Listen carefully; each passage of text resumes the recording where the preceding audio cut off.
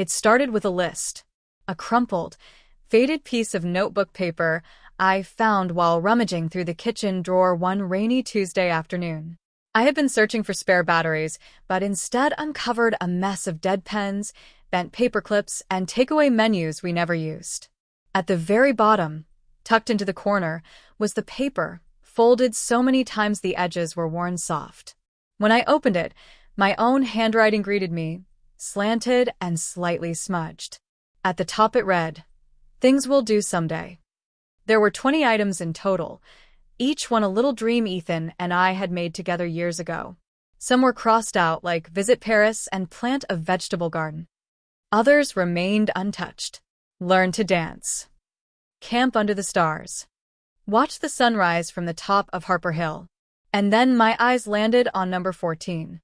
See the Lantern Festival, together. I paused, my fingers resting on the words. I remembered exactly when we had written that one. It was a decade ago, when we were still in our 20s, living in a tiny apartment with a second-hand couch that squeaked every time you sat on it. Ethan had been scrolling through his phone one night when he stumbled across a video of thousands of lanterns rising into the night sky. "Can you imagine?" he'd said, turning the screen toward me, his voice filled with a rare mix of awe and longing. "Being there in person, seeing that with your own eyes?" I had smiled and promised, "Then we'll do it someday." That night, we'd grabbed the nearest scrap of paper and started jotting down all the things we wanted to experience together. Some were big and far away. Others were small and simple. But all of them felt important. Somewhere along the way, that list had been tucked away and forgotten. We got caught up in careers, bills, errands, and the endless small tasks that fill up a life without you realizing it. But holding that paper now, I felt a sudden determination. We had let too many somedays pass us by. Not this one. I grabbed my laptop. A quick search revealed that the Lantern Festival was happening this very weekend, just 3 towns over. Tickets were still available. Without hesitating, I booked them. I didn't tell Ethan. I wanted it to be a surprise. Saturday morning, Ethan wandered into the kitchen in his worn flannel shirt, rubbing the sleep from his eyes. I slid an envelope across the table. "What's this?" he asked. "Open it," I said. He tore the flap and pulled out the tickets. At first he just stared at them. Then his eyes widened, flicking up to mine. "The Lantern Festival? You once told me you wanted to watch thousands of lights float into the night sky," I said. "I figured it was time I showed you exactly what you wanted to watch." He set the tickets down, looking at me with a mix of disbelief and tenderness.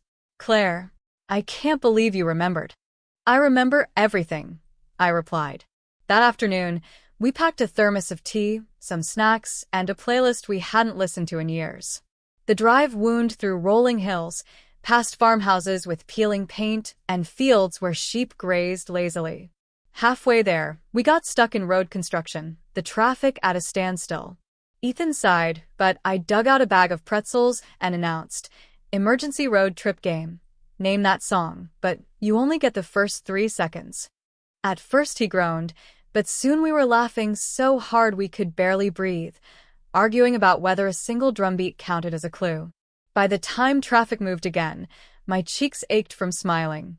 We arrived just as the sun began to dip toward the horizon, casting a warm golden glow over the festival grounds. The air smelled of wood smoke and cinnamon. Rows of food stalls lined the path, their counters piled high with grilled corn glistening with butter, steaming buns filled with fragrant vegetables, and pastries dusted with sugar. Children darted past with paper lanterns decorated in swirls and stars, their laughter ringing through the air. We wandered hand in hand, sampling treats as we went.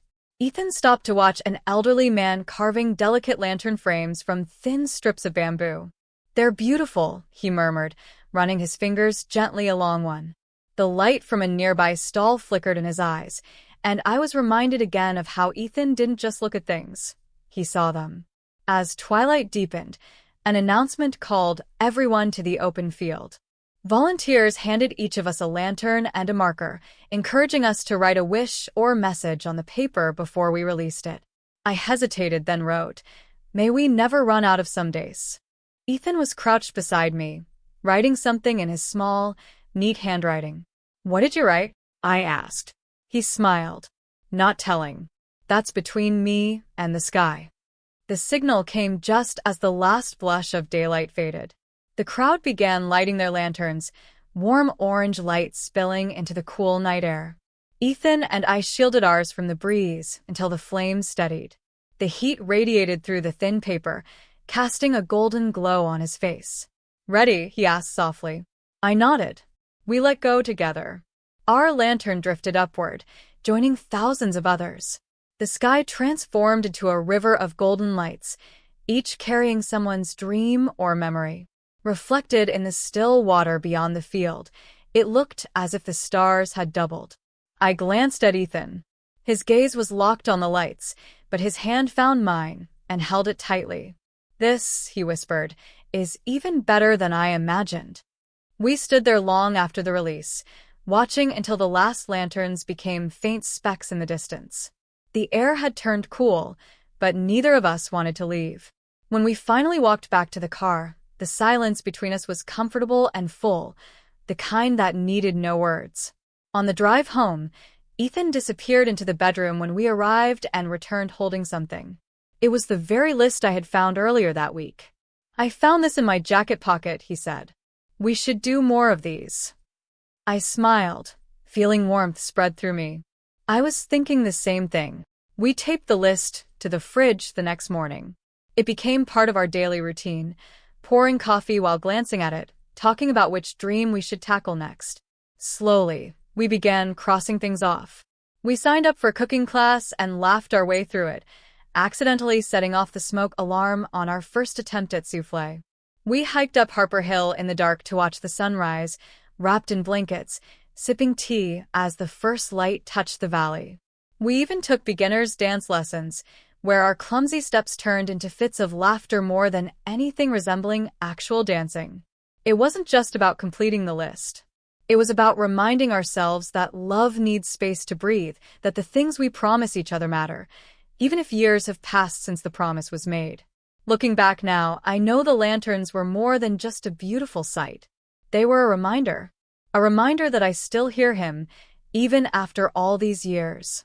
That I still remember the things that light up his eyes. That I am still willing to turn someday into today. I showed my husband exactly what he wanted to watch. And I didn't hold back.